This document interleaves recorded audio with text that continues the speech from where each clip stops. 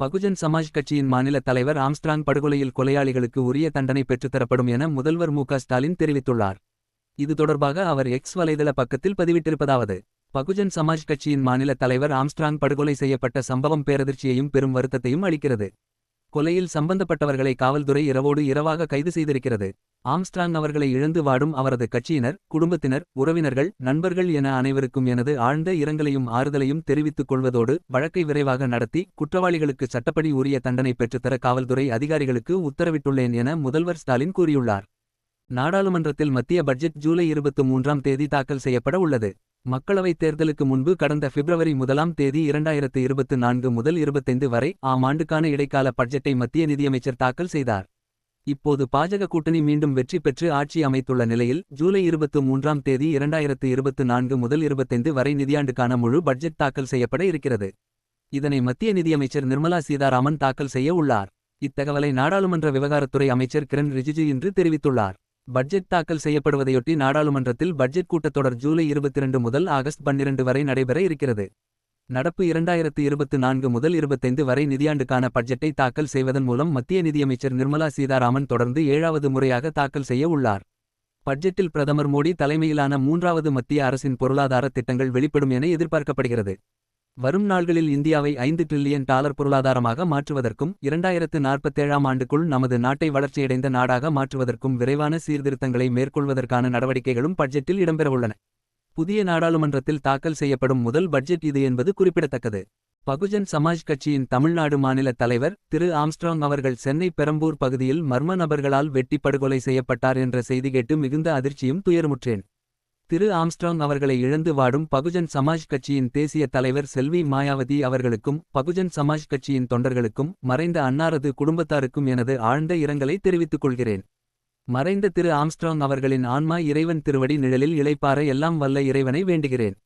ஒரு தேசிய கட்சியின் மாநில தலைவர் பொறுப்பில் உள்ளவர் படுகொலை செய்யப்படுகிறார் எனில் இதற்கு மேல் இந்த விடியா திமுக ஆட்சியில் சட்டம் ஒழுங்கு என்னவென்று சொல்லி விமர்சிப்பது? கொலை செய்வதற்கான தைரியம் குற்றவாளிகளுக்கு எப்படி வருகிறது? காவல்துறை, அரசு, சட்டம் என எதன் மீதும் அச்சமற்ற நிலையில் தொடர்ச்சியாக குற்றங்கள் நடைபெறும் அளவிற்கு அவல நிலைக்கு சட்டம் ஒழுங்கை தள்ளிய விடியா திமுக முதல்வருக்கு எனது கடும் கண்டனம்.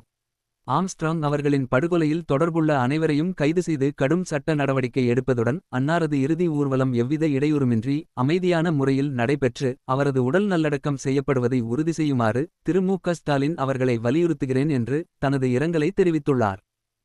பகுஜன் சமாஜ் கட்சியின் மாநில தலைவர் சகோதரர் ஆம்ஸ்ட்ராங் அவர்கள் சென்னை பெரம்பூரிலுள்ள அவரது வீட்டின் அருகிலேயே படுகொலை செய்யப்பட்டிருப்பது பெரும் அதிர்ச்சியளிக்கிறது. பகுஜன் சமாஜ் கட்சியின் மாநில தலைவர் சகோதரர் ஆம்ஸ்ட்ராங் அவர்களின் மறைவால் துயருற்றுள்ள அவரது குடும்பத்தினருக்கும் உறவினர்களுக்கும் அரசியல் நண்பர்களுக்கும் பகுஜன் சமாஜ் கட்சி தொண்டர்களுக்கும் என்னுடைய ஆறுதலை தெரிவித்து துயரில் பங்கெடுக்கின்றேன். சகோதரர் ஆம்ஸ்ட்ராங் அவர்களுக்கு என்னுடைய கண்ணீர் வணக்கம் என தனது இரங்கலை நாம் தமிழர் கட்சியின் தலைவர் சீமான் தெரிவித்துள்ளார். ஆம்ஸ்ட்ராங் கொலை வழக்கை சிபிஐக்கு மாற்ற வேண்டும் என தேமுதிக பொதுச் செயலாளர் பிரேமலதா வலியுறுத்தியுள்ளார். இதுகுறித்து அவர் செய்தியாளர்களுக்கு அளித்த பேட்டியில் பகுஜன் சமாஜ் கட்சி தலைவர் ஆம்ஸ்ட்ராங் படுகொலை செய்யப்பட்டது அதிர்ச்சியை ஏற்படுத்தியுள்ளது. தமிழ்நாட்டில் சட்டம் ஒழுங்கு சீர்கெட்டுள்ளது. ஒரு கட்சியின் மாநில தலைவருக்கே பாதுகாப்பு இல்லை. கடந்த 3 மாதத்தில் 6 படுகொலைகள் நிகழ்ந்துள்ளது. கள்ளக்குறிச்சியில் கள்ளச்சாராயத்திற்கு 70 பேர் பலியாகியுள்ளனர். பெரும்பாலானோர் தலித் சமூகத்தை சேர்ந்தவர்கள் தான். ஆம்ஸ்ட்ராங் கொலை வழக்கை சிபிஐக்கு மாற்ற வேண்டும்.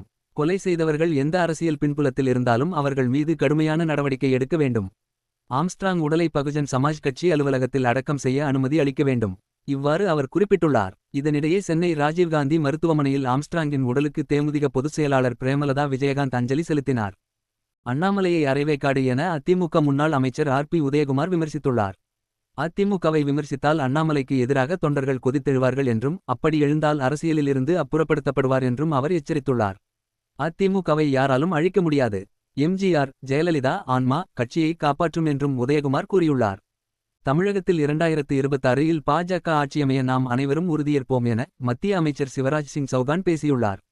சென்னையில் சனிக்கிழமை ஜூலை 6 நடைபெற்ற பாஜக செயற்குழு கூட்டத்தில் கலந்து கொண்ட மத்திய அமைச்சர் சிவராஜ் சிங் சௌகான் பேசியதாவது: திமுக அரசு தமிழ்நாட்டு இளைஞர்களின் எதிர்காலத்தை சிதைத்து வருகிறது. திமுக அரசை அகற்ற தமிழ்நாட்டு இளைஞர்கள் உறுதியேற்க வேண்டும். நேற்று அரசியல் தலைவர் ஒருவர் இங்கு படுகொலை செய்யப்பட்டார். இந்த நிலையில் மாநில அரசு தமிழகத்தை சட்டமொழுங்கு சீரழியும் நிலைமையை நோக்கி இட்டுச் செல்கிறது.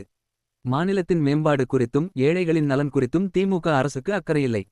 தமிழகத்தில் 2026 இல் பாஜக ஆட்சியமைய நாம் அனைவரும் உறுதியேற்போம் என மத்திய அமைச்சர் சிவராஜ் சிங் சௌகான் பேசியுள்ளார்.